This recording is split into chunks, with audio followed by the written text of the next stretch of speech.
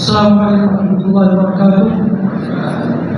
इंशाअल्लाह शेख का मुहादरा शुरू होने वाला है, जिसका उन्वान है मसादिर अहल हदीस फी तलक्की अन अहकाम अक़ाइद के इस्तिंबात में अहल हदीस अहल सुन्नह के सामने कौन से मसादिर होते हैं। इस मौजू पर शेख बात करेंगे इंशाअल्लाह। इल्मी मुहादरा होगा, गौर से सुने, मुस्तफीद हों।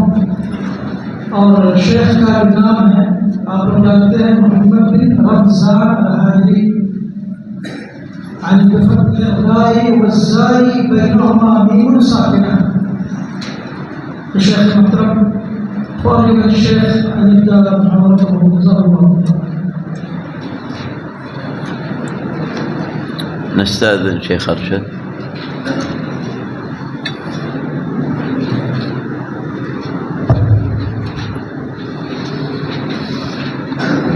إن الحمد لله نحمده ونستعينه ونستغفره ونعوذ بالله من شرور أنفسنا وسيئات أعمالنا. من يهده الله فلا مضل له ومن يضلل فلا هادي له.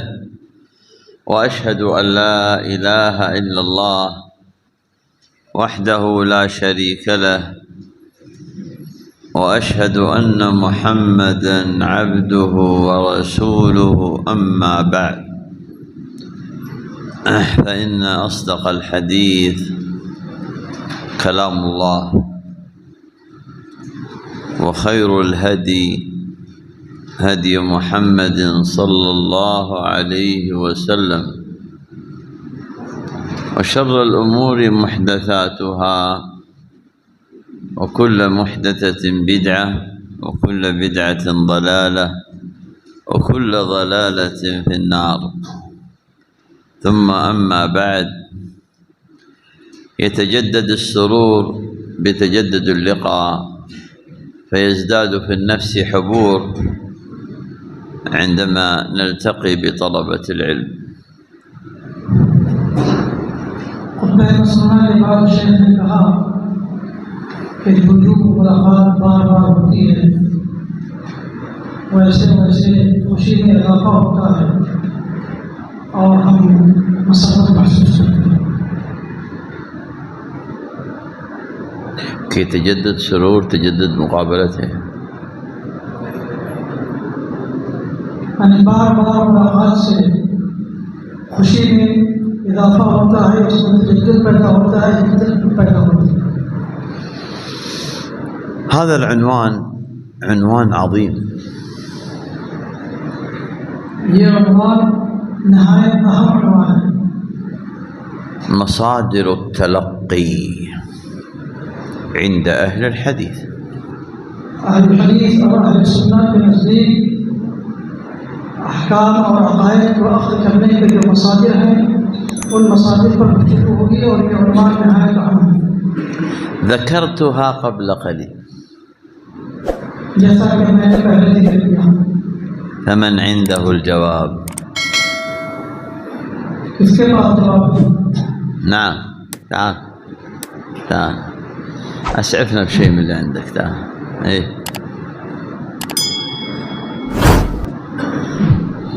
تحت الطاولة. أعطني 10. بعطيك جيبها. ما شاء الله. السلام عليكم. أولا لشجاعتك، هذه هدية لك. أين ذهب؟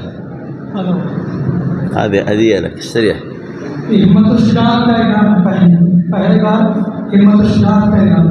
طالب العلم شجاع. طالب العلم بهادر होता है। شجاع مستعد. طالب العلم بهادر होता है और हमेशा तैयार रहता है। لا يبالي في الخطأ أن يخطئ. उसे ये परवाह नहीं होती है कि हम जवाब में हमसे गलती हो जाए। هذه مجالس ومدارس، ومن لا يتعلم متى يتعلم؟ ये मजलिसें सीखने की जगह है। अगर आज नहीं सीखेगा ये मजलिसों में तो फिर कब सीखेगा। ومن يستعد للجواب وهو في مجلس العلم يعلم بالصواب إذا أخطأ. जो इल्म की मजलिस में जवाब के लिए तैयार होगा, अगर उससे गलती हो जाएगी तो उसको सिखाया जाएगा, सिखाने की मजलिस है। فالمجالس مدارس. फिर शेख ने उसी की ताकीद किया कि मजलिसें, इल्मी मजलिसें सीखने की जगह हैं, मदारिस। المشكلة أن تسكت ولا تصحح خطأك. परेशानी इसमें है कि आप खामोश रहें और अपनी गलती की इस्लाह न करें। ما هو الجواب؟ जवाब क्या है? صاحب ال1000 ربية जिनको 1000 रुपये इनाम मिला वो जवाब दें।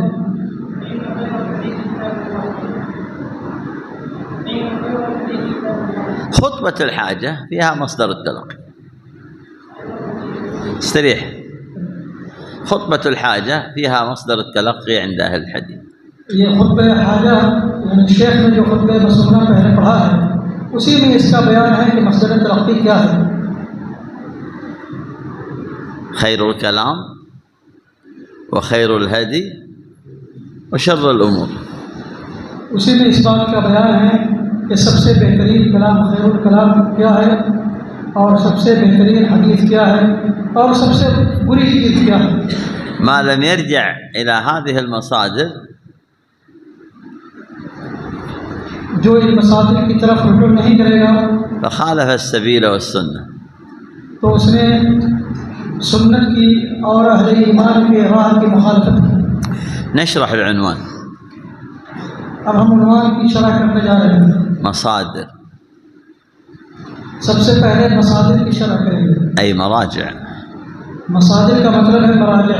الناس عندما تأتي الشيء يسمى الورود، وعندما تنتهي منه بالورود والتعبية تصدر عنه، فهي تصدر بعد أن وردت. فمصادر أي مكان التلقي بعد أن تلقوا فيذهبون بهذه المصادر صدروا بها بعد أن وردوا عليها. ما هي؟ जब कोई चीज़ किसी के पास आती है तो उसको उरूद कहते हैं, मवारिद की हैसियत होती है। और वो जब चीज़ ख़त्म होने के बाद जाती है और उसकी तरफ आदमी रुजू करता है तो उसको मसादिर कहते हैं। إذن मराजिअ أهل الحديث. من هم أهل الحديث؟ अहलुल हदीस के मराजिअ पर गुफ्तगू है तो अहलुल हदीस कौन है? أهل الحديث هم أهل الإسلام. अहलुल हदीस वही अहल इस्लाम है। ليس لهم إلا هذا الاسم، مسلمون. उनका नाम सिर्फ है मुसलमान। متى ظهر هذا الاسم؟ ये इसम कब से मशहूर हुआ, कब से ज़ाहिर हुआ?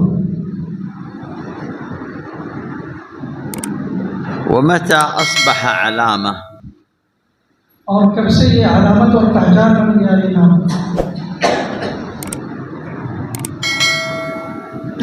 تسمية الإسلام इस्लाम का नाम रखना الله عز وجل سمى الناس بها. इस्लाम की निस्बत या इस्लाम का नाम अल्लाह ताला ने लोगों को दिया है। ومن يبتغي غير الإسلام دينا فلن يقبل منه وهو في الآخرة من الخاسرين. अल्लाह ताला फरमाता है वमन यब्तगि गैर इस्लाम दीनन फलन युक़बल मिन्हु व हुवा फिल आखिरति मिनल खासिरीन, कि जो इस्लाम के अलावा दूसरे दीन को तलाश करेगा उससे वह हरगिज़ वो दीन कबूल नहीं किया जाएगा और वह आखिरत में घाटे वाले और आखिरत में वो घाटे में है। هو سماكم المسلمين. वो सम्माकुम मुस्लिमीन, अल्लाह ताला है ने तुम्हारा नाम मुसलमान रखा है। ذات يوم كان النبي صلى الله عليه وسلم مع أصحابه. एक दिन नबी अकरम सल्लल्लाहु अलैहि वसल्लम अपने साथियों के साथ थे। فوعظهم موعظة. आप सल्लल्लाहु अलैहि वसल्लम ने अपने साथियों को नसीहत की। هذه الموعظة بكوا منها. ये ऐसी नसीहत थी कि जिससे सहाबा-ए-किराम की आंखें अश्कबार हो गई। रवाहा सहाबी इस्मुहुल इरबाद बिन सारिया। इस असरअंदाज नसीहत को मारूफ सहाबी इरबाद बिन सारिया रज़ियल्लाहु तआला अन्हु ने रवायत किया है। मादा क़ाल? क्या कैसे रवायत किया है, समाअत फरमाएं। क़ाल वअज़ना रसूलुल्लाह सल्लल्लाहु अलैहि वसल्लम मौइज़तुन बलीग़ा वजिलत मिनहल क़ुलूब।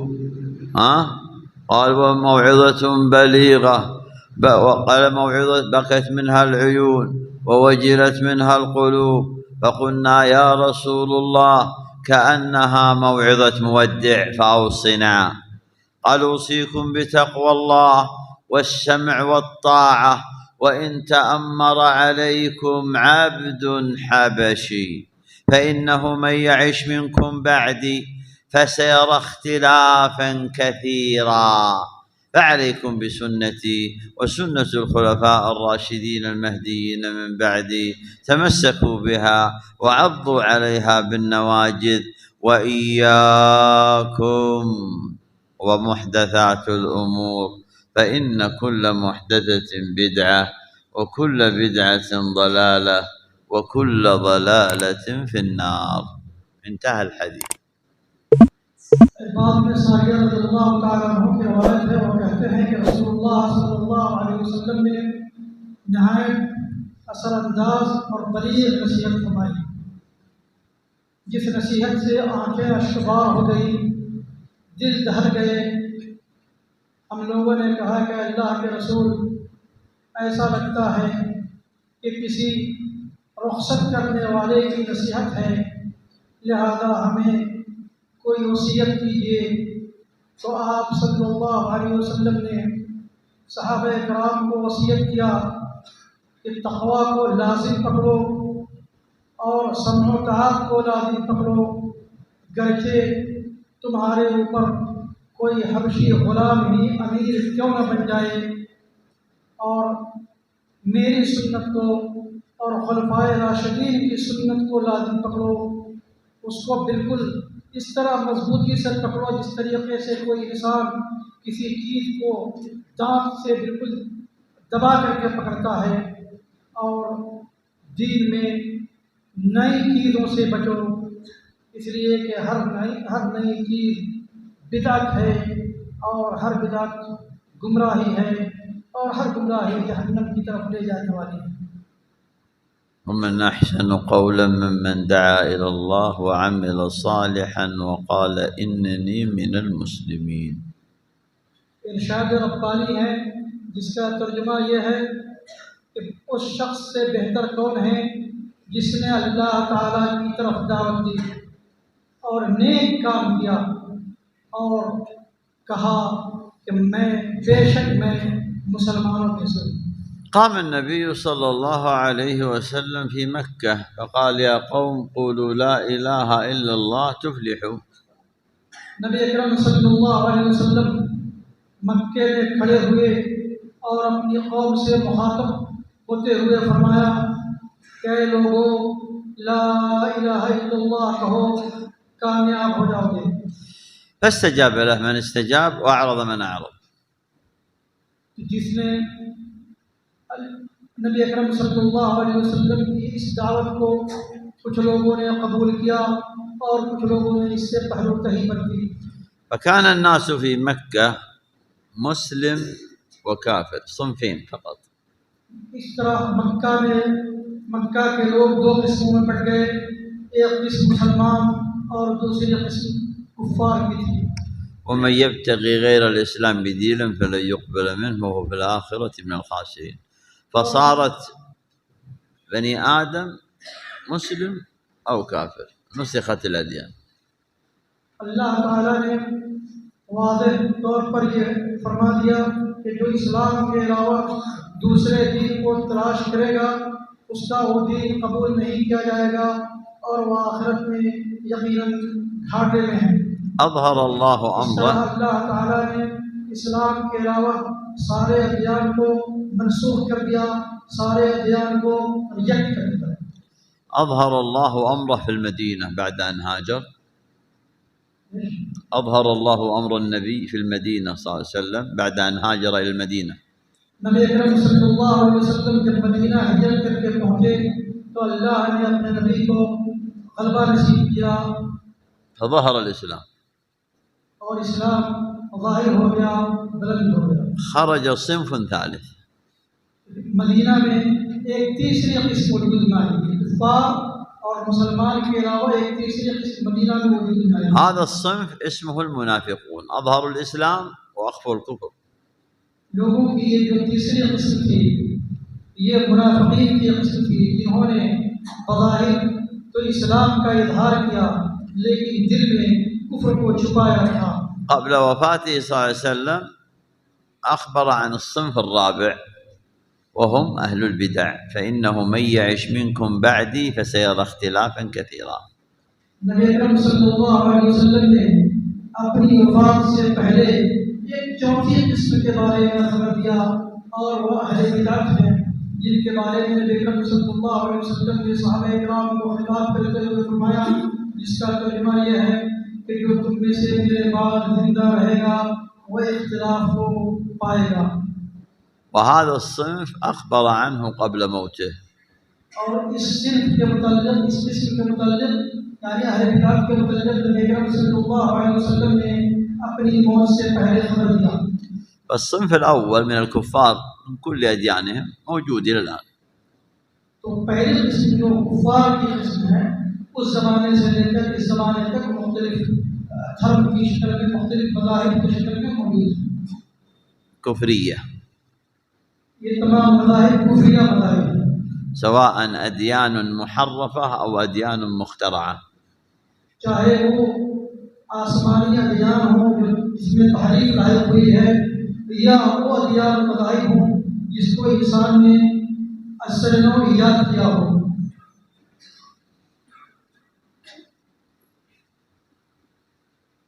والصنف الثاني أهل الإسلام. और दूसरी किस्म अहले इस्लाम की है। نحن نسأل الله أن يحيينا على ذلك ونموت على ذلك. हम अल्लाह ताला से दुआ करते हैं कि अल्लाह ताला हमें दीन इस्लाम पर जिंदा रखे और इसी पर हमारा खात्मा फरमाए। في كل الدنيا مسلمون. हमारी ये दुआ दुनिया के तमाम मुसलमानों के लिए है। فهم ثلث أهل الأرض. वो इस रुए ज़मीन के एक तिहाई बाशिंदे हैं وأنتم يا مسلم الهند عشر الإسلام. और आप लोग मुसलमानों हिंद मुसलमानों की तादाद का 10वां हिस्सा है। فإذا كان مليارين المسلمين أنتم 200 مليون، أنتم عشر الإسلام. जैसे अगर मुसलमानों की तादाद 2 अरब है तो आप 2 करोड़ हैं। الصنف आप الثالث 20 करोड़। अगर मुसलमानों की तादाद 2 अरब है तो आप 20 करोड़ हैं। أنتم عشر المسلمين كلهم اللي في الدنيا، أنتم عشرهم. दुनिया के तमाम मुसलमानों की तादाद में आपकी निस्बत 1/10 है। الصنف الثالث المنافقون، أظهروا الكفر، أظهروا الإسلام وأخفوا الكفر، يظهرون الانتماء لكن في بواطنهم إما للعقائد الأول وأظهروا هيبة، وإما يظهر الإسلام ولكنه يؤمن بالإباحية والاشتراكية التي تناقض الإسلام من هذه الأمور. तीसरी किस्म मुनाफिकीन की है। इनका काम यह है कि ये बज़ाहिर इस्लाम का दावा करते हैं और दिल में कुफ्र को छुपाए रखते हैं। मौजूदा ज़माने में बहुत सारे लोग मुसलमान होने का दावा करते हैं और इबाहियत की राह पर चल पड़े हैं। نعاملهم كما عامل النبي صلى الله عليه وسلم المنافقين في وقته، لنا ظاهرهم وبواطنهم إلى الله. तो इन लोगों के साथ भी वही मामला किया जाएगा जो नबी अकरम सल्लल्लाहु अलैहि वसल्लम ने मुनाफिकीन के साथ किया, कि ज़ाहिरी तौर पर उनके साथ मुसलमानों का मामला होगा और जो उनका जो बातिन है वो अल्लाह के हवाले है। النوع الرابع الذي حذر منهم النبي أنهم سيخرجون وسينتشرون بعد موته. चौथी किस्म उन लोगों की है जिनके बारे में नबी अकरम सल्लल्लाहु अलैहि वसल्लम ने खबर दिया कि नबी अकरम सल्लल्लाहु अलैहि वसल्लम की वफ़ात के बाद वो ज़ाहिर होंगे और फैल जाएंगे। ما الدليل على ذلك؟ इसकी दलील क्या है?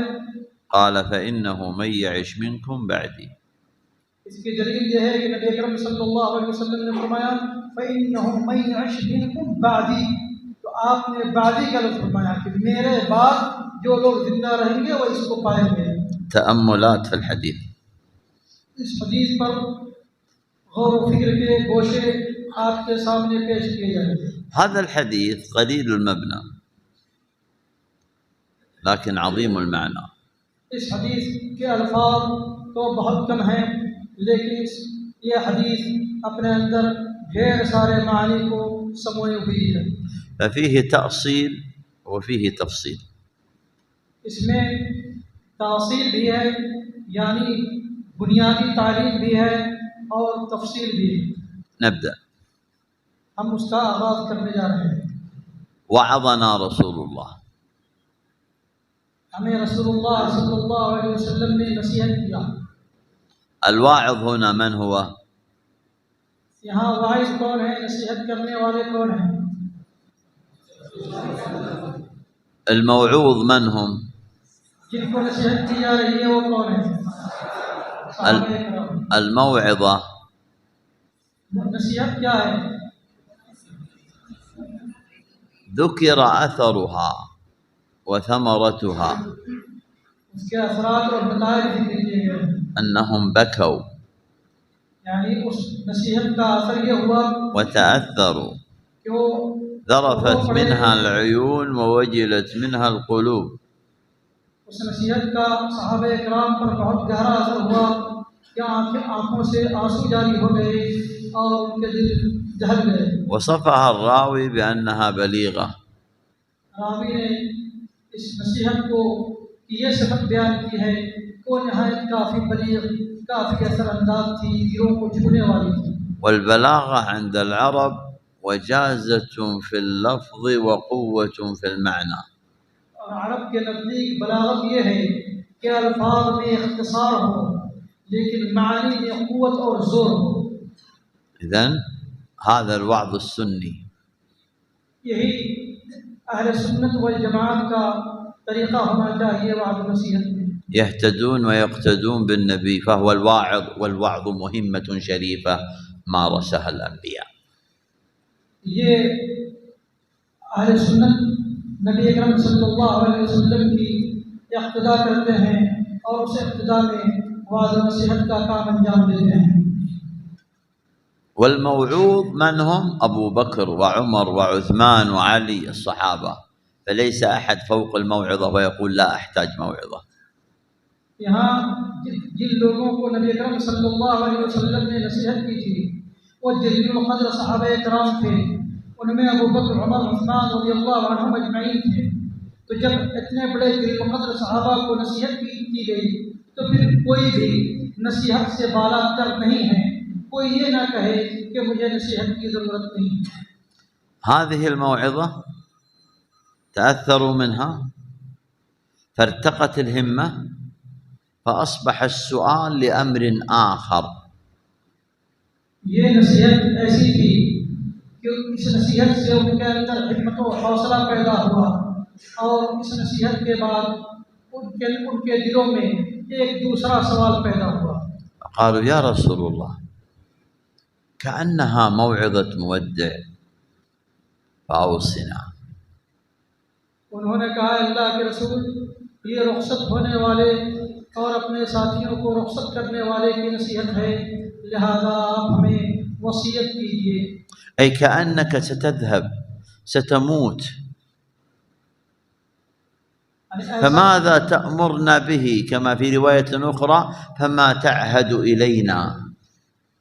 ऐसा सहाबा इकराम ने कहा कि ऐसा लग रहा है कि करीब आप इस दुनिया से रुखसत हो जाएंगे, तो आप हमें कौन सी नसीहत करते हैं और कौन सा अहद हमें हमारे दरमियान छोड़ कर जाना चाहते हैं।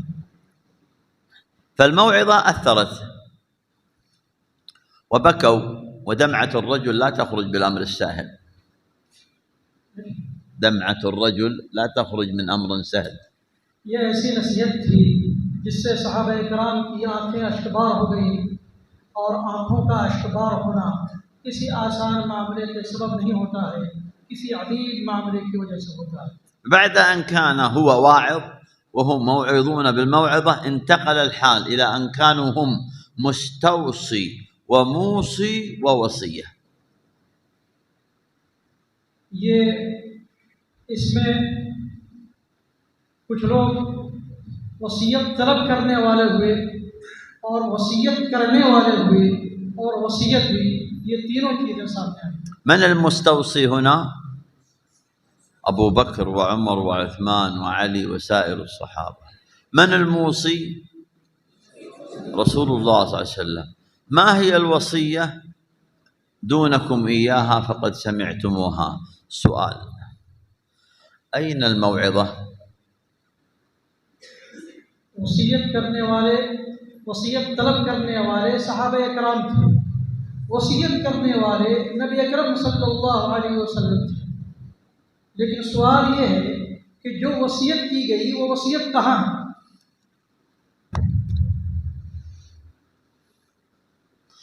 أين الموعظة في الرواية؟ ليست هذه الموعظة، هذه الوصية.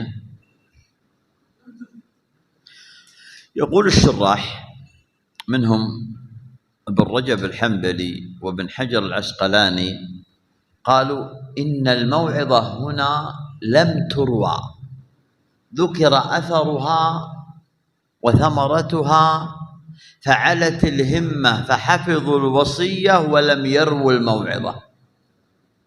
ये असल में इस हदीस में दो चीज़ें हैं, एक वसीयत है और दूसरा मौइज़त है। तो सहाबा-ए-किराम ने, जैसा कि हाफिज़ इब्न रजब हम्बली और हाफिज़ इब्न हजर अस्क़लानी ने लिखा है कि वसीयत और मौइज़त में से वसीयत का जिक्र इस हदीस में नहीं है, जिसका जिक्र है वो मौइज़त और नसीहत है। क्योंकि एक अहम चीज़ की नबी अकरम सल्लल्लाहु अलैहि वसल्लम ने एक अहम मौइज़त पेश की, तो सहाबा-ए-किराम ने मौइज़त को रवायत किया, वसीयत को रवायत नहीं किया। فالمواعظ سياط القلوب أثرت في النفوس فأصبحت الهمة تطلب لتعمل بعد أن نصحت لأجل العمل فسألت ما هو خصوص العمل فطلبت الوصية.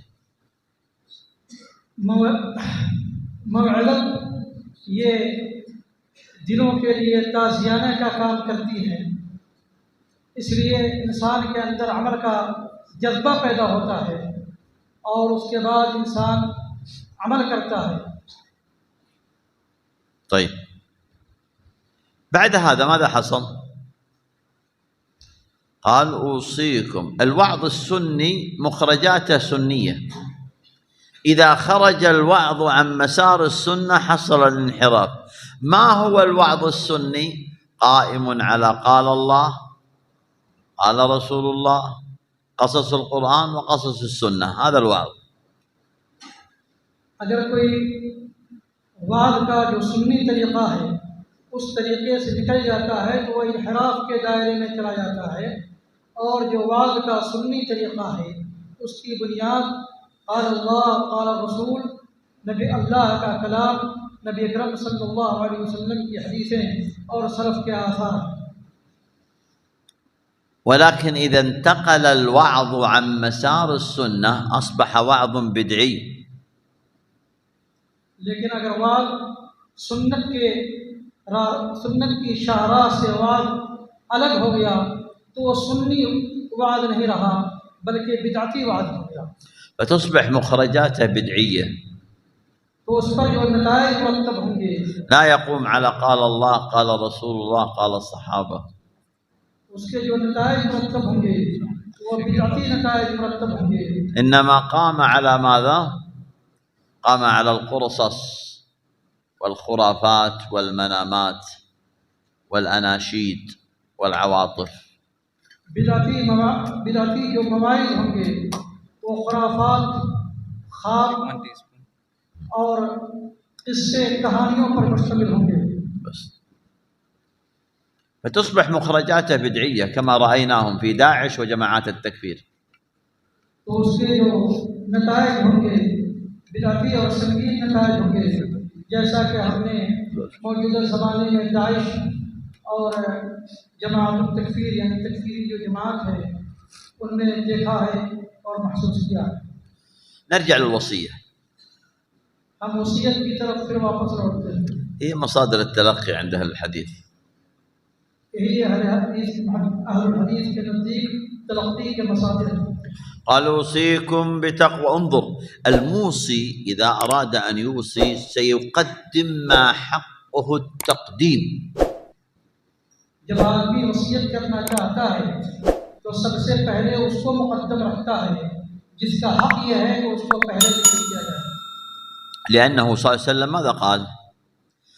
قال تركت فيكم ما إن تمسكتم به لن تضلوا بعدي، كتاب الله وسنتي. إذن هذه مصادر.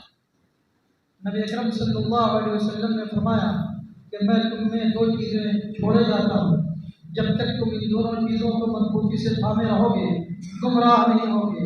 अल्लाह की किताब और मेरी सुन्नत, यही मसादिर हैं। فمن أراد الهدى في غير الكتاب والسنة ضل إذن ولم يكن من المهتدين. अब अगर कोई शख्स किताब और सुन्नत के अलावा कहीं और हिदायत को तलाश करता है तो फिर गुमराह हो गया, वो हिदायत याफ्ता लोगों की शाहराह से अलग हो गया। قال أوصيكم بتقوى الله. आपने फरमाया कि मैं तुम सबको अल्लाह से तक़वा की वसीयत करता हूँ। ما هي تقوى الله؟ अल्लाह का तक़वा क्या है? تريد تشرب شيء؟ قال أهل العلم في بيان معنى التقوى أن تجعل بينك وبين لعنة الله وغضبه وناره وجهنم وقاية بفعل أوامره وترك نواهيه. अहले इल्म ने तक़वा की तारीफ ये की है कि आप अपने दरमियान अल्लाह की लानत और उसके ग़ज़ब के दरमियान और जहन्नम के दरमियान एक कोई ऐसी ढाल बना लें जिस ढाल से आप अपना बचाव कर सकें, और वो ढाल है अल्लाह के हुक्म को बजा लाना और जिन चीज़ों से अल्लाह ने रोका है उससे रुक जाना।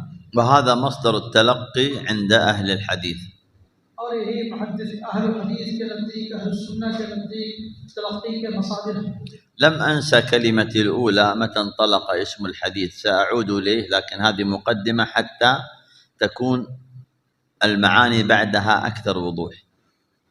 मैं इंशाअल्लाह अहल हदीस का माना क्या है और कब से ये लफ़्ज़ ज़ाहिर हुआ हम उस पर भी गुफ्तगू करेंगे, लेकिन अपनी बात को मुकम्मल करने के बाद। هو سؤال في البداية حتى تنتظر متى يكون الجواب. ये सवाल आपके सामने पेश किया गया है ताकि आपके दिल में शौक़ बाकी रहे कि इसका जवाब कब मिलेगा। قال أوصيكم بتقوى الله، فتقوى الله هي المصدر الأساس في التلقي. لماذا؟ अल्लाह के रसूल सल्लल्लाहु अलैहि वसल्लम ने फरमाया मैं तुमको अल्लाह के तक़वा की वसीयत करता हूँ, तो ये तलक़ी का मस्दर है। لأنها امتثال وترك. इसलिए कि इसमें हुक्म को बजा लाना भी है और नवाही को छोड़ना भी है। أعظم أمر أمر الله به التوحيد. अल्लाह ताला ने जिन अवामिर का हुक्म दिया है उसमें सबसे बड़ा हुक्म तौहीद है। وأعظم نهي نهى الله عنه الشرك. और जिन चीज़ों से अल्लाह ताला ने रोका है उसमें सबसे बुरी चीज़ शिर्क है। فعلى هذا تقوم علوم العقيدة. और इसी पर उलूमुल अक़ीदा की बुनियाद है। أعظم ما أمر الله به بعد هذا بالاتباع. और अल्लाह ताला ने इसके बाद जिस चीज़ का हुक्म दिया है वो इत्तिबा है। وحذر من الابتداع. और अल्लाह ताला ने इब्तिदा बिदअत को ईजाद करने से रोका है। وهذا المصدر الثاني. और ये दूसरा मसला है। تركت فيكم ما إن تمسكتم به لن تضلوا بعدي كتاب الله وسنتي. मैं तुमने दो चीजों को छोड़े जाता हूँ, जब तक तुम इन दोनों को मजबूती से थामे रहोगे गुमराह नहीं होगे। और अल्लाह की किताब और नबी अकरम सल्लल्लाहु अलैहि वसल्लम की सुन्नत। كل المصادر مشتقة من هذين الأصلين من الوحيين، فما بعدها من المصادر مشتق عنها. فالإجماع مرجعه الكتاب والسنة، القياس أصل وفرع، حكم وعلة يعود في أصل الاستدلال. فجميع المصادر تعود في التقوى، امتثال الأوامر وترك النواهي، وأعظم الأوامر قال الله قال رسول الله، فاستقم كما أمرت، حديث المقدمة في كتاب فضل الإسلام، اربطوا ما بين هذين الأمرين. ये बुनियादी मसाजिर दो हैं, अल्लाह की किताब और नबी अकरम सल्लल्लाहु अलैहि वसल्लम की सुन्नत। और जो दिगर मसाजिर हैं इजमा और क़ियास, ये असल में किताब और सुन्नत की तरफ लौटते हैं, इसलिए कि इजमा में कोई मुस्तनद चाहिए किताब और सुन्नत से, और क़ियास में असल और फ़रा होती है कि फ़रा को असल मनसूस पर क़ियास किया जाता है। فينظر في الفرع إلى أصله، فإذا اتحدت علة في فعل اتفق وأخذ نفس الحكم. तो जो फ़रई मसला होता है उसको असली मनसूस मसले पर क़ियास किया जाता है, बशर्ते के दोनों में जो इल्लत हो मुश्तरका इल्लत एक हो। تقوى الله بامتثال ما أمر وترك ما نهى، عقيدة واتباعا وعبادة وأخلاقا وسلوك. तक़वा अल्लाह का तक़वा ये है कि आदमी उन तमाम चीज़ों को बजा लाए जिसका अल्लाह ने हुक्म दिया है, अक़ीदे के एतबार से, इबादत के एतबार से, सलूक और अखलाक के एतबार से। بترك الشرك والبدع والمعاصي والذنوب والشهوات والشبهات. और उन चीज़ों को छोड़ दे जिससे अल्लाह ने रोका है, जैसे शिर्क, बिदअत, नफ्सानी ख्वाहिशात वगैरह। في الأمور الخفية والأمور العلنية. ظاهरी उमूर में भी और बातिनी उमूर में भी। فتقوى الله في اللسان لا شرك، لا دعاء غير الله، لا استغاثة، لا حلف، لا نذر لغير الله، لا كذب، لا غيبة، لا نميمة، لا كلام بذي سقط ردي. अल्लाह का तक़वा ज़बान में ये है कि ज़बान पर शिर्क के कलिमात जारी न हों, ग़ीबत और चुगलखोरी न हो, और फ़ाहिश और बुरी बात ज़बान से न निकले। تقوى الله في الأعمال يدخل فيها لا خضوع، لا ركوع، توحيد، كذلك لا ممارسات محرمة، فيتقي الله في أفعاله، في يده، في قدمه، في سائر جوارحه من سمعه وبصره. اليوم نختم على أفواههم وتكلمنا أيديهم وتشهد أرجلهم بما كانوا يكسبون. अमली एतबार से तक़वा यह है कि इंसान मुहर्रमात से बचे, इसलिए कि इसका नुकसान बहुत बड़ा है और क़ियामत के दिन अल्लाह ताला मुहर लगा देगा इंसान के मुंह पर, और जो उसके आज़ा हैं वो उसके खिलाफ गवाही देंगे। إذن تقوى الله معه في लैله، في नहारे، في सफ़रे، في इक़ामते।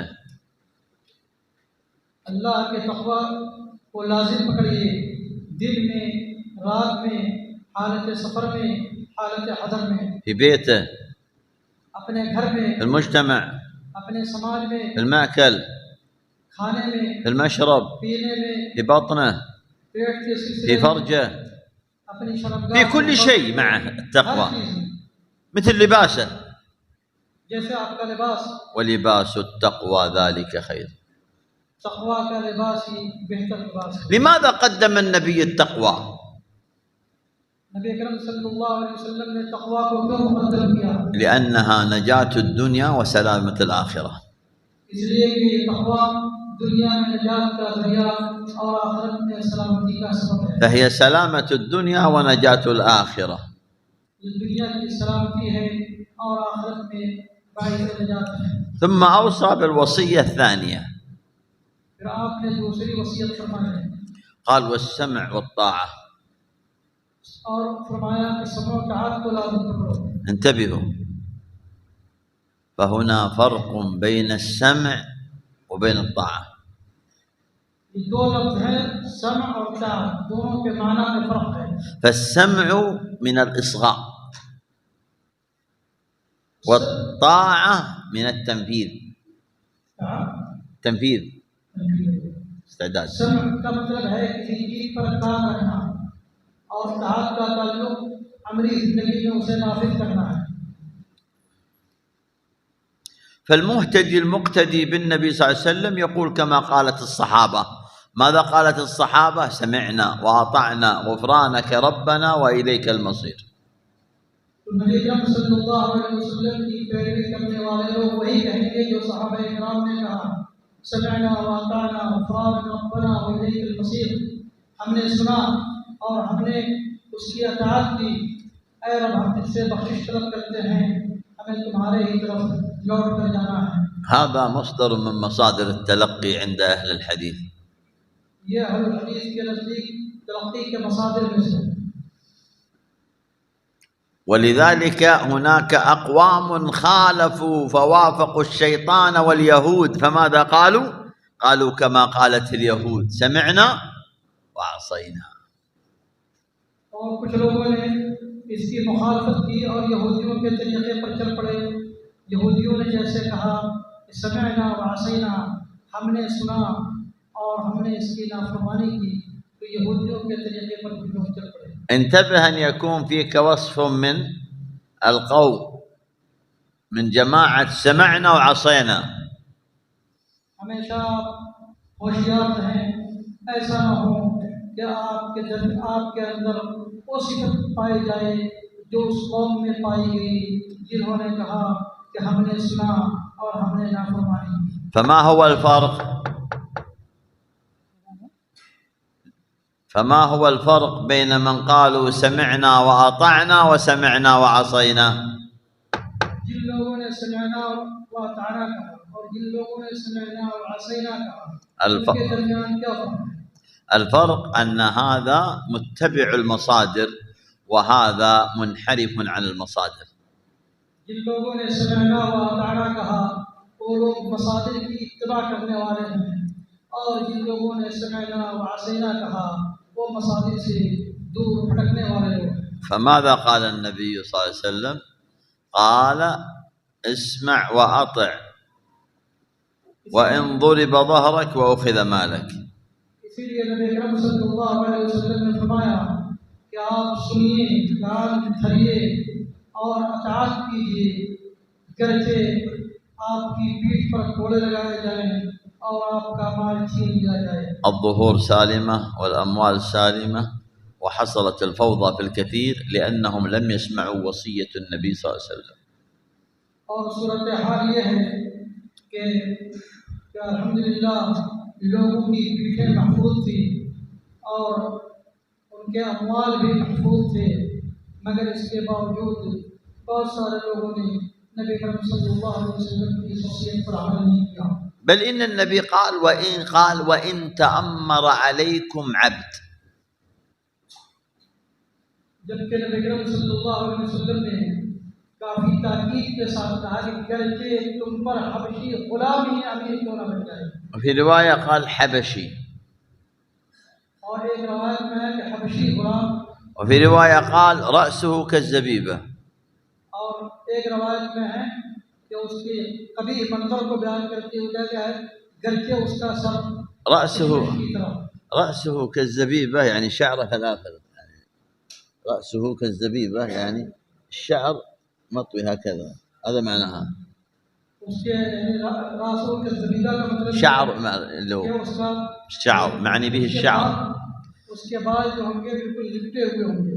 مجدع الأطراف، يديه وقدميه مقطوعة، يحمل ويوضع. ये अमीर गर्जे ऐसा हो कि उसके आधा भी कटे हुए हो, हाथ पैर सब कटे हुए हों, फिर भी उसकी समाअत करना। لماذا قال النبي هذا؟ नबी अकरम सल्लल्लाहु अलैहि वसल्लम ने इन औसाफ को बयान क्यों किया? يا طلبة العلم، خطاب الشريعة في القرآن والسنة إن أكرمكم عند الله أتقاكم. لم يذكر الألوان ولا البلدان ولا اللسان، وهنا ذكر وإن كان عبدا حبشيا. وفي قوله صلى الله عليه وسلم لا فرق بين عربي ولا عجمي ولا أبيض ولا أسود إلا بالتقوى. لماذا هنا قال النبي وإن تأمر عليكم عبد حبشي؟ من يجيب ترجمة؟ ये अल्लाह ताला ने कुरान करीम में वाज़ेह तौर पर फरमा दिया कि तुम में अल्लाह के नज़दीक मुअज़्ज़ज़ वो है जो सबसे ज़्यादा मुत्तक़ी हो। तो इस्लाम में असल एतबार तक़वा का है। रंग, मुल्क और कबाइल और हस्ब व नसब का एतबार नहीं है। तो जब इन सारी चीज़ों का एतबार नहीं है तो नबी अकरम सल्लल्लाहु अलैहि वसल्लम ने अपनी हदीस में वाज़ेह तौर पर फरमा दिया कि किसी अरबी को किसी अजमी पर फजीलत हासिल नहीं है। और जब ऐसा है तो आपने ये क्यों फरमाया वइन तअम्मर अलैकुम अब्दुल हबशी, कि जब कोई फजीलत नहीं है तो फिर हबशी गुलाम ये सिफत क्यों बयान किया अल्लाह आप सल्लल्लाहु अलैहि वसल्लम ने? تأملوا في قوله صلى الله عليه وسلم وإن تأمر عليكم. अल्लाह के रसूल सल्लल्लाहु अलैहि वसल्लम की इस कौल पर गौर कीजिए, वइन तअम्मर अलैकुम।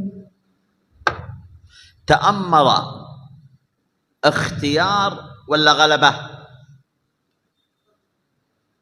तअम्मरा में इख्तियार का माना पाया जाता है या गलबा का माना पाया जाता है? यानी वो इख्तियारी तौर पर लोगों ने उसको अमीर बनाया है या वो खुद गालिब होकर अमीर बन गया है? وإن تأمر اختيار ولا غلبة؟ ومع ذلك اسمع وأطع. यानी वो जबरदस्ती गालिब होकर अमीर बन गया, इसके बावजूद अल्लाह के रसूल सल्लल्लाहु अलैहि वसल्लम ने कहा कि उनकी बात सुनो और इताअत करो, फरमाबरदारी करो। إن ما حصل في تاريخ الإسلام القديم والمعاصر من هذه الأمور التي حصلت ما هي إلا عقوبات التخلف عن وصية رسول الله صلى الله عليه وسلم، أي عن مصادر التلقي الذي قال اسمع وأطع وإن ضرب ظهرك وأخذ مالك. فلما تخلفوا سقطت الضروريات الخمس. ما هي؟ اعتدي على أموالهم وعلى أعراضهم وعلى عقولهم وعلى أديانهم وعلى أبدانهم، فحفظت الضروريات الخمس بهذا لأن في سمع والطاعة صلاح الدنيا واستقامة الدين، وإن كان عبدا حبشيا مجدع الأطراف. هذا الذي أوصانا رسول الله صلى الله عليه وسلم. माजी से लेकर हाजिर तक बहुत सारे जो फितने बर्पा हुए दर हकीकत इस नबी तालीम से दूर जाने की वजह से पैदा हुए। नबी अकरम सल्लल्लाहु अलैहि वसल्लम ने इतनी ज़बरदस्त ताकीद की क्योंकि समो ताअत में दुनिया की कामयाबी है और इसी के ज़रिए इंसान की 5 बुनियादी ज़रूरतों की हिफाजत होती है।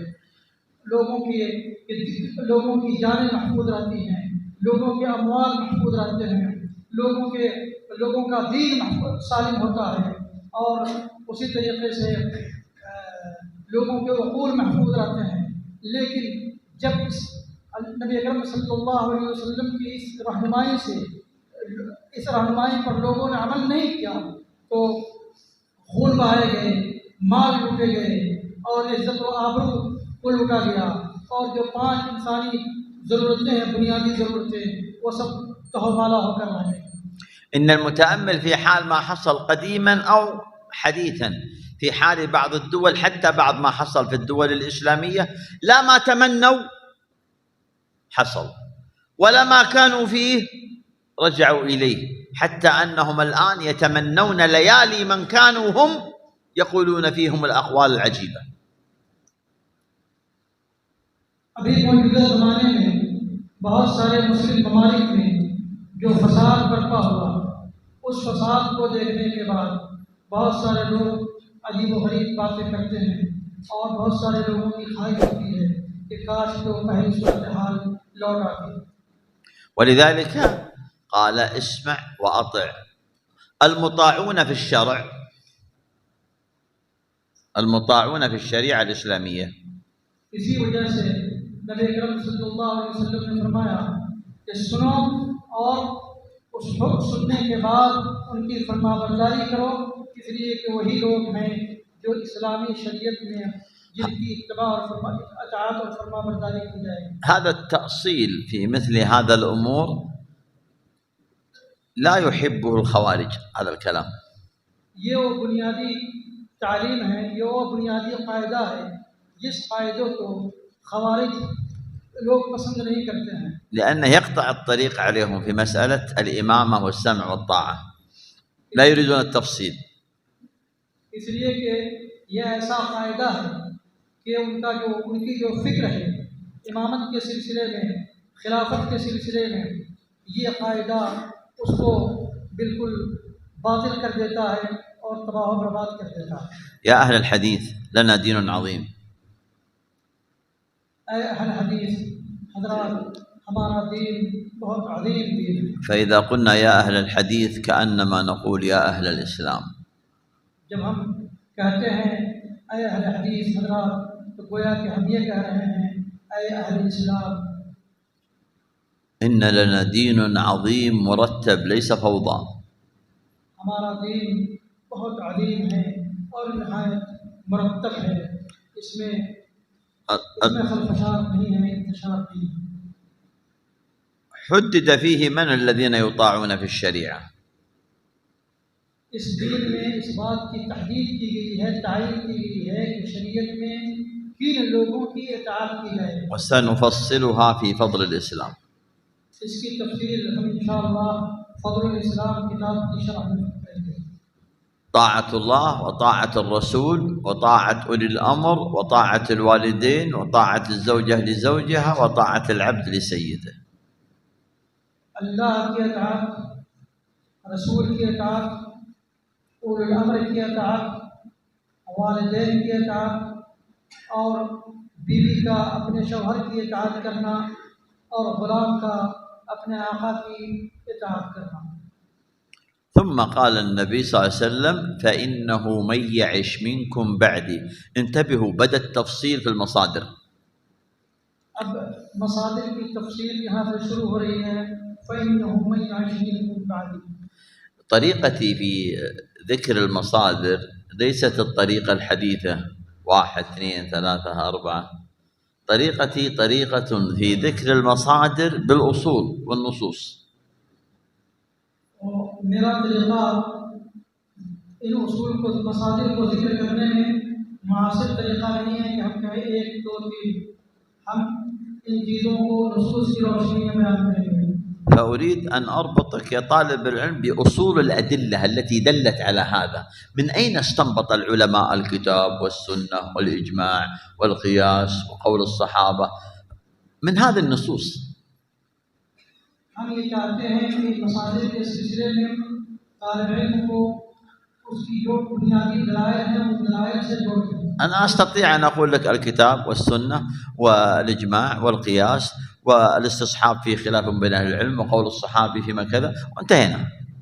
أنا أريدك تفهم لماذا قال أهل العلم هذه المصادر، من أين استنبطوا هذا الكلام. فهمتم؟ هذه طريقة الأولين في تعليمهم إيانا، هكذا علمونا بالتأصيل والتفصيل. ये हम ये कह सकते हैं कि मसादिर कुरान, हदीस, इजमा और क़ियास है, उसी तरीके से सहाबी का कौल और इस्तिस्हाब है। लेकिन हम ये बताना चाहते हैं तफसीली तौर पर कि उलमा ने इनको मसादिर क्यों माना है।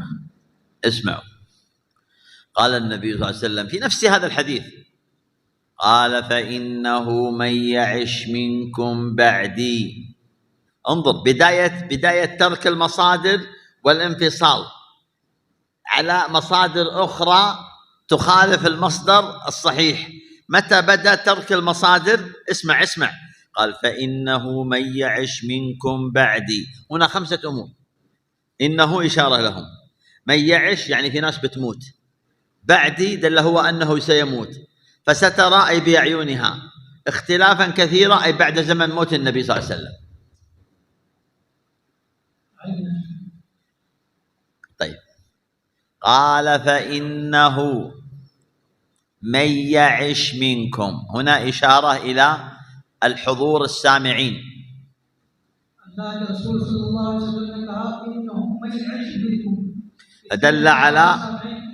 فدل على خطابه للجميع، وأن منهم من سيموت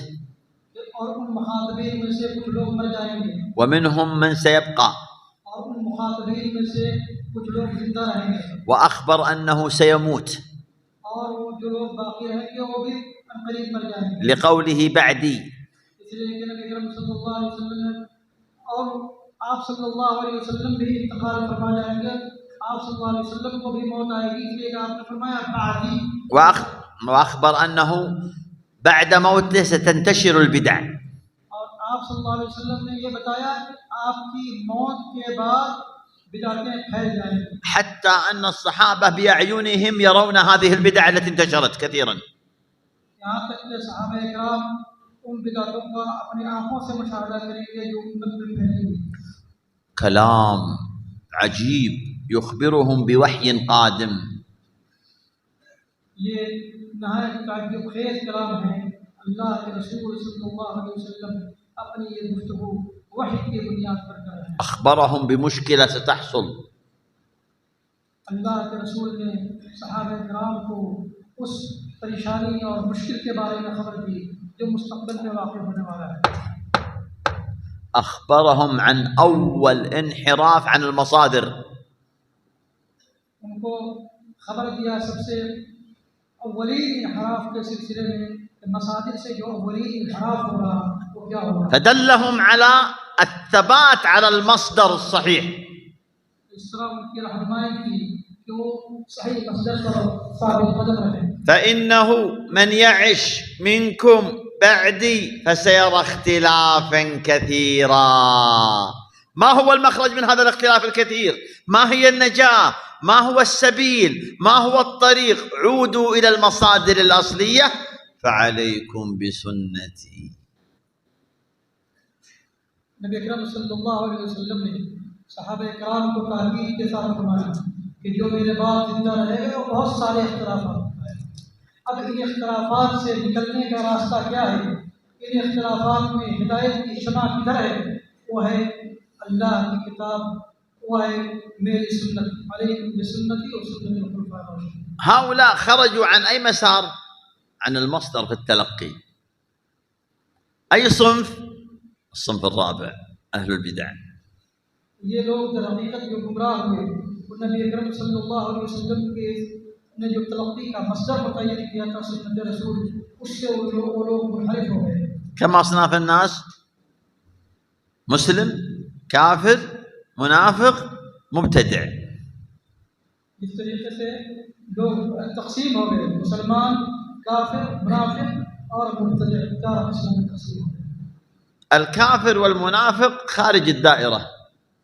काफिर और मुनाफिक दायरे इस्लाम से बाहर हैं। المسلم المتبع في السنة، और मुस्लिम जो इत्तबा करने वाला है नबी अकरम सल्लल्लाहु अलैहि वसल्लम की فهو पैरवी करने वाला है, वो सुन्नी है, في دائرة السنة. वो सुन्नत के दायरे में। أهل البدع في دائرة الإسلام لكن أخرجوا أنفسهم عن دائرة السنة. ما الدليل؟ अहले बिदअत इस्लाम के दायरे में है लेकिन सुन्नत के दायरे से बाहर हैं। दलील क्या है? ستفترق أمتي على 73 فرقة كلها في النار إلا واحدة. من هي؟ قال ما أنا عليه اليوم وأصحابي. إذن هذا مصدر التلقي. سنتي اليوم، أصحابي الخلفاء الراشدين. इसके जरिए नबी अकरम सल्लल्लाहु अलैहि वसल्लम का ये कौल है कि मेरी उम्मत 73 फिरकों में बढ़ जाएगी और हक पर वही लोग होंगे जो लोग उस राह पर हों जिस राह पर मैं हूँ और मेरे सहाबा इकराम हैं। الكفار والمنافقون خالفونا في القرآن والسنة. कुफ्फार और मुनाफिकीन ने हमारी मुखालफत के कुरान और सुन्नत के सिलसिले में की। انتبهوا يا أهل الحديث، سأتي متى بدأ كلمة أهل الحديث. قال فعليكم بسنتي. हम करीब इस बात का जिक्र करेंगे कि अहल हदीस का कलमा किससे आया हुआ। आप सल्लल्लाहु अलैहि वसल्लम ने फरमाया है अलैकुम बिसुन्नती। لماذا ما قال النبي هنا؟ انتبهوا، كلام قوي. لماذا لم يقل هنا النبي فعليكم بالقرآن والسنة؟ अल्लाह के रसूल ने सिर्फ कहा अलैकुम बिसुन्नती, मेरी सुन्नत को लाज़िम करो। لماذا هنا؟ कुरान और सुन्नत दोनों को लाज़िम। क्यों ऐसा? أهل البدع لا يخالفوننا في القرآن. ऐसा इसलिए कि अहले बिदअत हमारी मुखालफत कुरान में नहीं कर रहे हैं। حتى الخوارج यहाँ तक कि खवारिज भी हमारी मुखालफत, يحفظون القرآن لا يجاوز حناجرهم.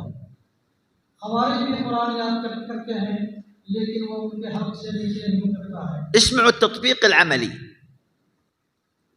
अमली तदबीर को समाप्त फरमाइए। قال علي بن أبي طالب لابن عباس في مناقشة الخوارج الحرورية لا تناظرهم بالقرآن فإن القرآن حمال وجوه، ناظرهم بالسنة. इसीलिए हज़रत अली बिन अबी तालिब रज़ियल्लाहु ताला अन्हु इब्न अब्बास रज़ियल्लाहु अन्हुमा से कहा कि खवारिज के साथ जो आपका मुनावरा हो वो सुन्नत से मुनावरा हो, कुरान से मुनावरा न करें। इसलिए कि कुरान में बहुत सारे वजूह का इस्तेमाल होता है। فأول ما أتاهم استغربوا من برده، كان لابس عباءة وأتى قالوا هذا لباس من لا خلق له، قال لبس هذا من هو خير مني ومنكم. أول ما بدأ بالاتباع والسنة. أتاهم لابس بردة عباءة كذا فاستغربوا لباسه، قالوا هذا لباس من لا خلاق له، قال لبس هذا من هو خير مني ومنكم. حجهم بالسنة من البداية. ابن अब्बास रज़ियल्लाहु ताला अन्हु वो अबा जैसा लिबास पहन करके आए तो खवारिज ने उन पर नकीर की।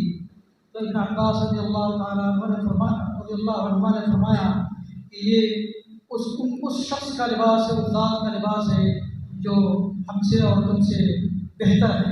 यानी नबी अकरम सल्लल्लाहु अलैहि वसल्लम का इस तरह उनको सुन्नत की तरफ सबसे पहले तरजीह। فخرجت الخوارج وافترقوا فقام مصطلح اسم أهل السنة. तो जब खवारिज का वजूद हुआ तो उस वक्त से अहल सुन्नत की इस्तिलाह चल पड़ी। تنازل الحسن بن علي لمعاوية فسمي ذلك العام عام الجماعة. और हसन बिन अली बिन अबी तालिब जब हुकूमत से खिलाफत से उन्होंने तनाजुल किया, इस्तफरदारी की मुआविया रज़ियल्लाहु ताला अन्हु के हक़ में, तो उस साल का नाम आमुल जमा पड़ा। इस तरह अहले सुन्नत का नाम अहले सुन्नह वल जमा है। فقام ابن عباس في قوله تعالى كما ذكر ابن جرير الطبري في تفسيره وابن كثير يوم تبيض وجوه وتسود وجوه، قال تبيض وجوه أهل السنة والائتلاف وتسود وجوه أهل البدعة والاختلاف، فانطلق من ذلك الوقت مصطلح أهل السنة والجماعة، ولم يكن في وقت النبي أهل السنة والجماعة بهذا المصطلح. खवारिज के ज़हूर के बाद अहले सुन्नह वल जमाअत की इस्तिलाह जब चल पड़ी, इसीलिए हज़रत इब्न अब्बास रज़ियल्लाहु ताला अन्हुमा ने इरशाद रब्बानी की जो तफसीर की यौम तबियद्दु वजूह व तस्वद्दु वजूह की तफसीर जो की है, जिसे अल्लामा इब्न जरीर तबरी ने और इब्न कसीर ने अपनी तफसीर में लिखा है।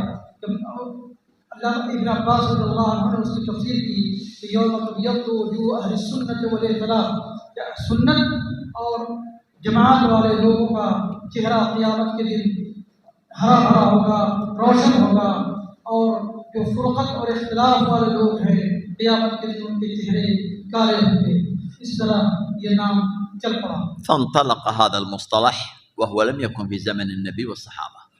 उसके इस तरह ये इस्तिलाह अहले सुन्नत वल जमाअत की इस्तिलाह चल पड़ी, जबकि ये इस्तिलाह नबी अकरम सल्लल्लाहु अलैहि वसल्लम के ज़माने में كان هناك مصطلحات شرعية غير مصطلح الإسلام الأنصار المهاجرين. अहलुल इस्लाम के अलावा अंसार और मुहाजिरीन की इस्तिलाह थी. لكن مصطلح أهل السنة والجماعة لم يكن زمن النبي صلى الله عليه وسلم अहलुल सुन्नह वल जमाअत की इस्तिलाह नबी करीम सल्लल्लाहु अलैहि ولا زمن أبو بكر ولا زمن عمر ولا زمن عثمان ولا زمن علي، انطلق بعد ذلك أهل السنة والجماعة.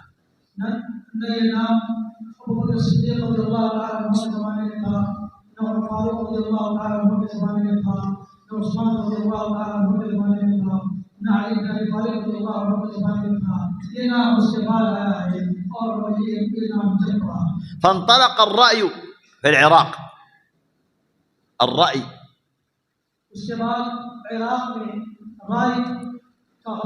فقالوا بلزوم الأثر فسمي أهل الأثر.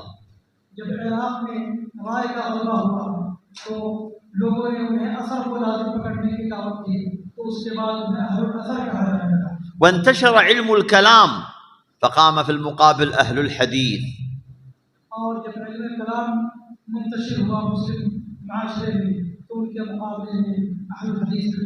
قام من اتبع الخلف فقام مصطلح السلف. जब ऐसे लोग पैदा हुए जिन्होंने खलफ की पैरवी की तो सलफ का मुस्तलह सामने आया. فكانت مصطلحات فرقانية يتفرق فيها أهل الحق من أهل الباطل، فالرافضي لا يقول أنا من أهل السنة والجماعة. ये मुस्तलहात जो ज़ाहिर हुई दरहकीकत ये अहले सुन्नत वल जमाअत और दीगर लोगों के दरमियान फर्क और तमीज़ करने वाली इस्तिलाहात थी. इसलिए कोई राफ़िदी ये नहीं कह सकता है कि मैं अहले सुन्नत वल जमाअत में से. كما أن انحرفوا في العقائد وغيرها لا يستطيع أن يقول أنا من أهل الحديث أو سلفي، لأنها تفضحه طرائقه. इसलिए इसी तरह जो लोग बिदअत की राह पर चल पड़े, सुन्नत की शाहराह से अलग हो गए, वो अपने आप को सलफी नहीं कह सकते हैं, बल्कि सलफी की इस्तिलाह से वो घबराते हैं और परेशान हो जाते हैं. فبدل أن يقول أنا مسلم أتبع أبو بكر وعمر وعثمان وعلي على طريقة الصحابة والسلف الصالح وما عليه ذلك، اختصرها فقلنا نحن أهل الحديث. هذا معناه. بجائے اس کے لیے کہا جائے کہ میں نبی کریم صلی اللہ علیہ وسلم کی پیروی کرتا ہوں اور عمر عثمان علی رضی اللہ عنہم اجمعین کی پیروی کرتا ہوں، اس کو مختصر کرتے ہوئے کہا اہل سنت والجماعت یا اہل حدیث. لأن النبي قال فعليكم بسنتي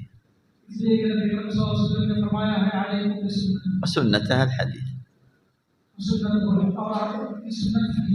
وسنة الخلفاء الراشدين المهديين من بعدي.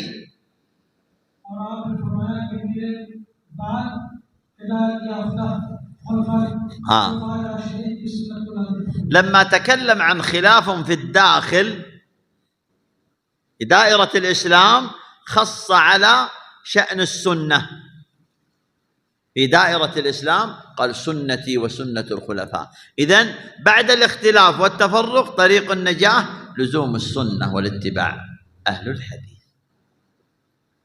اختلاف کے بعد جو بدعت کا راستہ ہے وہ سنت کا راستہ ہے اور اس سنت کے راستے کو اہل حدیث اس راستے پر چلتے ہیں. سنتي وسنة الخلفاء الراشدين لم يقل تمسكوا بهما، قال تمسكوا بها، فدل على أن سنة الخلفاء الراشدين سنة نبوية وتجري عليها أحكام السنة النبوية. اللہ کے رسول صلی اللہ علیہ وسلم نے فرمایا کہ علیکم بسنتی و سنت الخلفاء الراشدین، دونوں کا ذکر کیا، سنتی و سنت الخلفاء الراشدین. لیکن جب اس کے بعد کہا تمسکوا بها، حال کی ضمیر یہ واحد ہے جو سنت نبوی کی طرف لوٹتی ہے. اس کا مطلب یہ ہے کہ خلفاء راشدین کی سنت نبوی کے تابع ہے. ثم قال تمسكوا بها لأنها مصادر أهل الحديث في التلقي، الكتاب والسنة وما عليه. قال تمسكوا بها، تمسكوا بمصادركم وعضوا عليها بالنواجذ. قال تمسكوا بها ما يكفي، وعضوا ما يكفي، بالنواجذ آخر الأسنان. لماذا؟ اللہ کے رسول صلی اللہ علیہ وسلم نے فرمایا کہ اس کو مضبوطی سے تھام لو.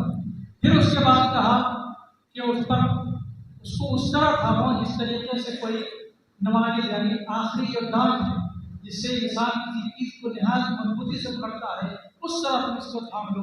तो आपने इतनी ताकीद क्यों फरमाई? لأن الذي يتمسك بالمصادر الصحيحة هناك أن يأتي له بمصادر بديلة حتى يغويه عن المصادر الصحيحة. इसलिए कि जो लोग सही मसादिर को लाजिम नहीं पकड़ेंगे तो फिर उनके सामने जो दूसरे मसादिर हैं, गुमराह करने वाले मसादिर, वो उसको पकड़ेंगे। كيف هذا؟ كيف يكون هذا؟ ये ऐसा कैसे होगा? 73 فرقة كلها في النار. ऐसा कैसे होगा कि 73 फिरके सबके सब जहन्नम में होंगे, وهي معك في دائرة الإسلام، हालांकि वो सबके सब इस्लाम के दायरे में हैं। وتريد أن تحرفك عما أنت عليه. كلهم يدعوك، يدعو الإمام، يدعو الخطيب، يدعو البنت، يدعو الرجل، يدعو الشاب، الكل يريدونك. تمسكوا بها لأن هناك من ينازعها، تمسكوا بها هناك من ينازعك، تمسك وعض، لا تتبع 73 حتى لا تنحرف. تمسكوا بالمصادر حتى لا تهتز قيمكم ونجاتكم يوم القيامة. هي المصادر التي نتمسك بها. ये 73 फिरके सब आपको अपनी गुमराही की तरफ दावत देंगे, लिहाजा आप कुरान और सुन्नत को जो असली मसादिर हैं उनको लाजिम पकड़ें, इसी में दुनिया की कामयाबी और आखिरत में निजात है। और गुमराही आपका मुकद्दर हो। قال ما أنا عليه اليوم وأصحابي. إسلام ذلك اليوم ليس إسلام اليوم. إسلام اليوم 73 فرقة، فلذلك يتمسك به، وهو مع أنه يتمسك به هو غريب. हमें उस इस्लाम को मजबूती से थामना है जिसके बारे में आप सल्लल्लाहु अलैहि वसल्लम ने फरमाया कि जिस पर मैं हूँ और मेरे सहाबा किराम हैं। ये नबी अकरम सल्लल्लाहु अलैहि वसल्लम और सहाबा किराम के ज़माने का इस्लाम है, न कि मौजूदा ज़माने का इस्लाम जिसमें लोग मुसलमान के अंदर में बढ़ गए हैं। هناك وصف آخر أدق، تريدون تسمعونه؟ قال القابض على دينه كالقابض على الجمر. यहाँ एक दूसरी सिफत बयान की है नबी अकरम सल्लल्लाहु अलैहि वसल्लम ने कि अपने दीन को मजबूती से थामने वाला वैसे ही है जैसे कोई आग के चिंगारी को थामे है। القابض على الجمر هو قبض بقاء أم يكاد أن يرميها؟ जो आग की चिंगारी को अपने हाथ से थामेगा या उसको मजबूती से पकड़ेगा या उसको फेंक देगा। تمسكوا بها. أيام قلائل، داء وزاد دون زاد وطعام دون طعام. غدا نقبل على الله مع محمد وصحبه. اصبروا أيها الغرباء. लिहाजा हमें सब्र करने की जरूरत है इस तरह के हालात में, इस पुरखतर हालात में हमें सब्र करने की जरूरत है और कुरान और सुन्नत को थामने की जरूरत है, इसलिए कि कुछ दिनों के बाद हमें अल्लाह ताला ने यहाँ जाना है। بدأ الإسلام غريبا وسيعود غريبا كما بدأ. इस्लाम गुर्बत में शुरू हुआ और गरीब वो गुर्बत की हालत में लौट जाएगा जिस तरीके से उसका आगाज हुआ था। أيها الغريب، لا تستغرب استغراب الناس لغربتك. ऐ गरीब, आप अपनी गुर्बत की वजह से लोगों के ताज्जुब से मुकाबला खाइए। غريب في نفسه، غريب في طرحه، غريب في نقاشه، غريب في استدلاله، غريب في أموره، لأنه على الخط الأول الذي ترك.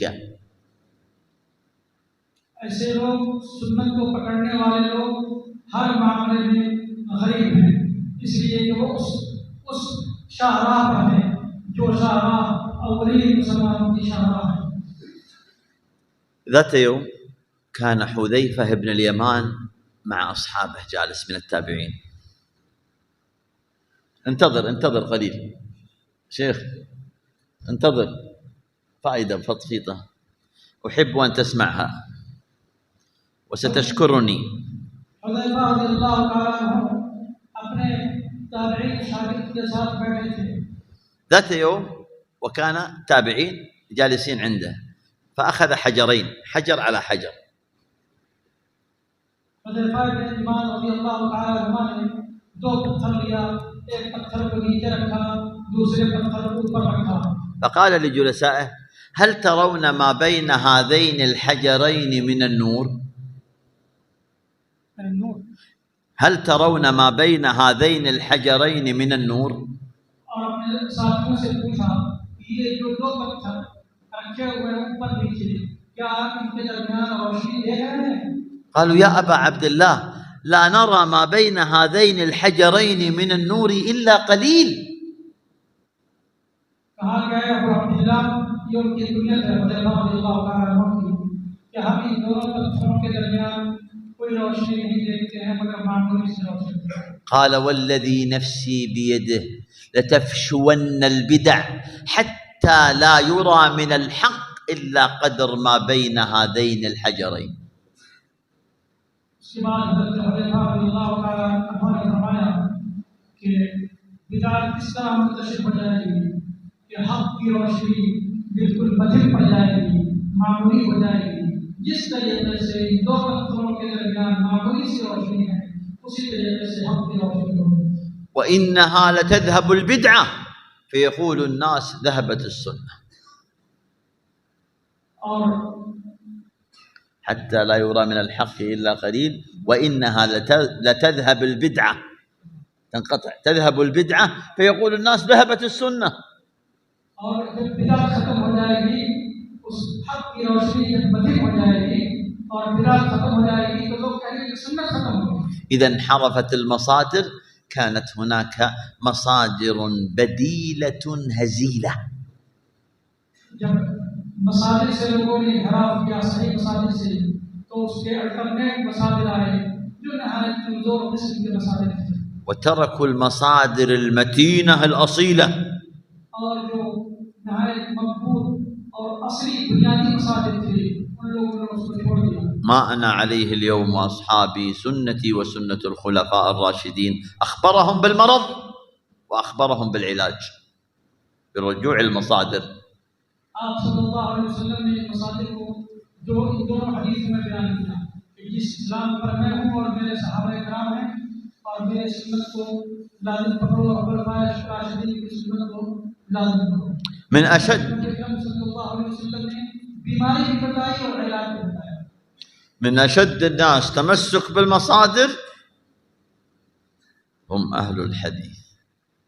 बुनियादी सही मसलक को मजबूती से सबसे ज़्यादा मजबूती से थामने वाले लोग अहलुल हदीस ही हैं। ثم قال محذرا وختم هذا الحديث، قال: إياكم ومحدثات الأمور فإن كل محدثة بدعة وكل بدعة ضلالة وكل ضلالة في النار. अल्लाह के रसूल सल्लल्लाहु अलैहि वसल्लम ने हदीस को खत्म करते हुए एक तंबीह फरमाई, और वो तंबीह यह है कि नई चीज़ों से बचो, इसलिए कि हर नई चीज़ बिदअत है और हर बिदअत गुमराही है। ذكر 5 أمور تهدم المصادر. आप सल्लल्लाहु अलैहि वसल्लम ने 5 ऐसे उमूर को जिक्र किया ما هي؟ ما هي؟ 1. إياكم، هذا تحذير جلدي. إياكم ये तहदीर का सिगा है। हदीस में किसी चीज से जब डराना होता है, बचाने की तलकीन करनी होती है कि इयाकुम का इस्तेमाल किया जाता है। ومحدثات الأمور وصف، और उसके बाद मुहदसात उमूर कहा, هذا वصफ. ये वस्फ है। فإن كل محدثة بدعة، هذا تصنيف. अब यहाँ से वो मुहदसात उमूर की तस्नीफ शुरू हुई। وكل بدعة ضلالة، هذا حكم. उसके बाद हुक्म लगाया कि हर बिदअत गुमराही है। وكل ضلالة في النار، هذا مآل. और इसका अंजाम यह है कि हर गुमराही जहन्नम तक ले जाएगी। حذر. आप सल्लल्लाहु अलैहि वसल्लम ने होशियार रहने का हुक्म दिया ووصف और उसकी सिफत बयान फरमाई وصنف और उसको उसकी सिफत को बयान किया وحكم और फिर उसका हुक्म बयान وأخبر بالمآل और फिर उसके नतीजे को في नصف सطر. आधी सतर में أبعد هذا البيان بيان؟ क्या इस बयान के बाद क्या इस बयान से भी बड़ी कोई बयान हो सकता है? هذا يهدم المصادر. ये वो चीजें हैं जो बुनियादी मसाले को नहीं करती. نفصل الخمس. इन 5 चीजों की हम तफसील बयान करने जा रहे हैं. إياكم من أشد لغات التحذير والأساليب التي أتت في التحذير. إياكم، فالنبي حذر والله قد حذر، فليحذر الذين يخالفون عن أمره. فالتحذير منهج شرعي من الباطل وأهله. إياكم का जो सेवा है अरबी ज़बान में तहज़ीर का सेवा है और अल्लाह ताला ने भी बहुत सारी चीज़ों से डराया है, होशियार रहने का हुक्म दिया है, बचने का हुक्म दिया है और रसूलुल्लाह सल्लल्लाहु अलैहि वसल्लम ने भी हुक्म दिया है. रब्बुल आलमीन ने फरमाया फलियहज़रिल लज़ीना युख़ालिफून, यहाँ हज़र का कलमा इस्तेमाल हुआ है. الله حذر، النبي صلى الله عليه وسلم حذر، أبو بكر رضي الله عنه حذر، عمر حذر، عثمان حذر، علي حذر، الكل حذر. अल्लाह ताला ने, अल्लाह के रसूल ने सहाबा किराम ने अबू बकर सिद्दीक़, उमर बिन खत्ताब और दीगर सहाबा किराम ने भी तहज़ीर फरमाई. وكل العلماء على تاريخ الإسلام كانوا يحذرون من الخلاف والمخالفين.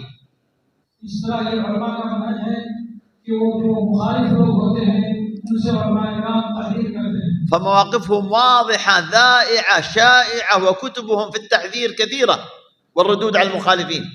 इसलिए उलमा किराम के मौक़िफ़ तहज़ीर के सिलसिले में बिल्कुल वाज़ेह है और मुखालिफीन पर रद्द करने, मुखालिफीन से तहज़ीर के सिलसिले में बहुत सारी किताबें तस्नीफ़ की गई हैं.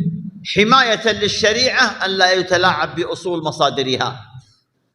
ये तो हकीकत शरीयत का तहफ़्फ़ुज़ है कि शरीयत के जो बुनियादी मसाइल हैं उन बुनियादी मसाइल के साथ कोई खिलवाड़ न करे. بل إن النبي يحذر زوجته هو وإياها، عائشة رضي الله عنها: يا عائشة الذين يتبعون ما تشابه منه ابتغاء الفتنة وابتغاء تأويله، يقول لها أولئك الذين، فليحذروا. يحذر زوجته من هؤلاء. नबी अकरम सल्लल्लाहु अलैहि वसल्लम ने अपनी बीवी हज़रत आयशा रज़ियल्लाहु तआला अन्हा को डराया है, उन लोगों के सिलसिले में डराया है जो लोग मुतशाबिह आयात को तलाश करते हैं और फरमाया कि ये वो लोग हैं जिनका अल्लाह ताला ने नाम लिया है, लिहाजा उनसे बचना चाहिए और डरना चाहिए. فمارست التحذير إياكم، هذا واحد. ये तहज़ीर है इय्याकुम. وعائشة مارست التحذير وسنذكر قصتها في ذلك.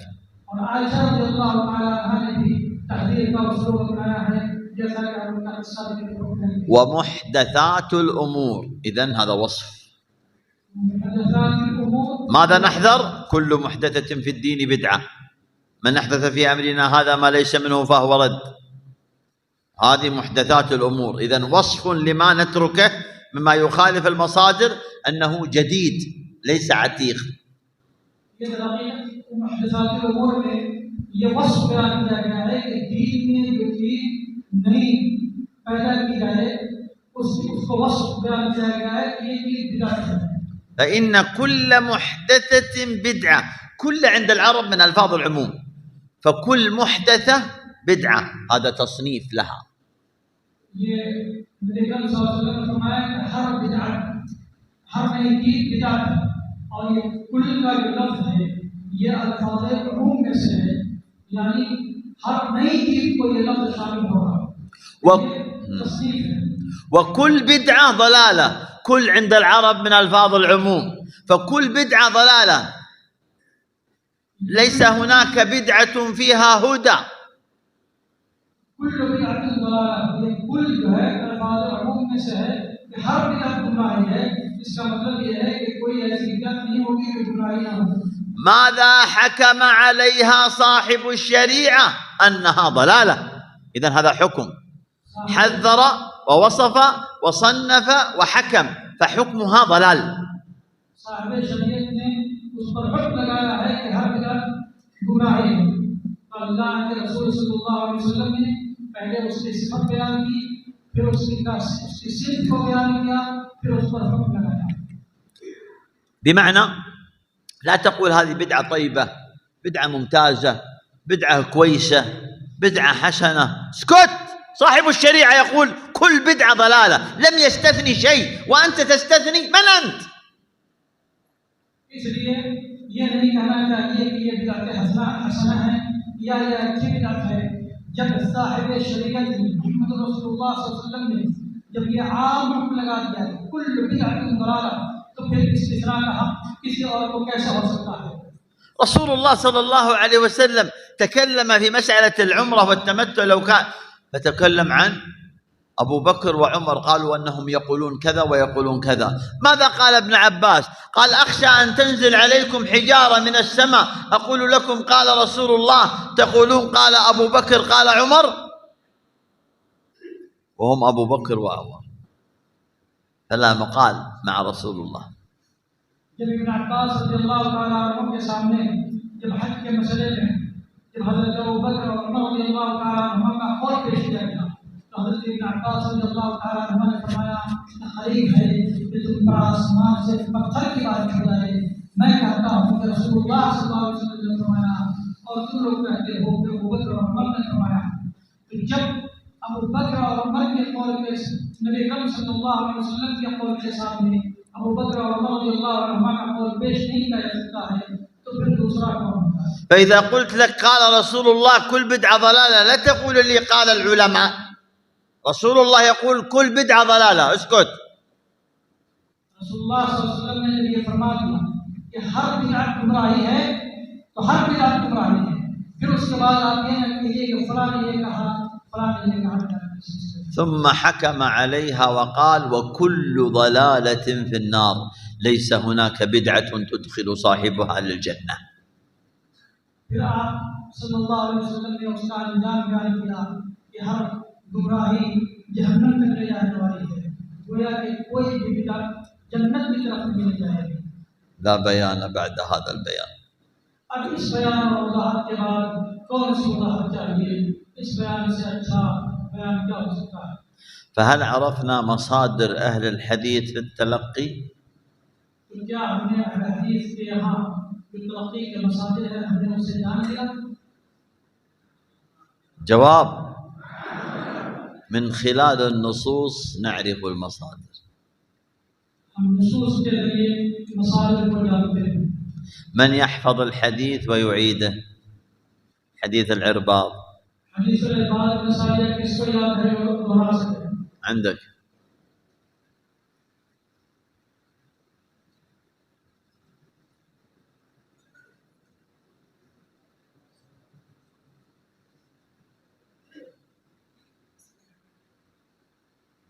عن الإمام بن زايد رضي الله عنه قال: وعظنا رسول الله صلى الله عليه وسلم موعظة وجلت منها القلوب وظهرت منها العيون، فقلنا يا رسول الله كأنها موعظة مودع فأوصنا. يكفي، قد هذه هدية لك. من يكمل؟ من يكمل؟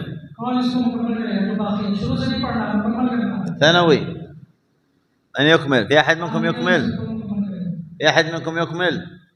في أحد منكم يكمل؟ من يكمل؟ 1 2 3 4 تعالوا. चलो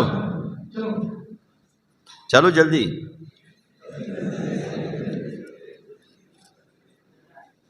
ايوه هذا هديه لك وهذا هديه لك وهذا هديه لك وهذا هديه لك. وصيه رسول الله قال اوصيكم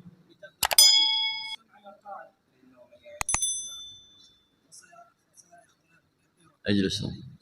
أسأل الله تبارك وتعالى أن يرزقنا وإياكم العلم النافع والعمل الصالح والفقه في الدين، وبالله التوفيق. وسوف يكون إن شاء الله بعد صلاة العشاء كلمة في المسجد للجميع.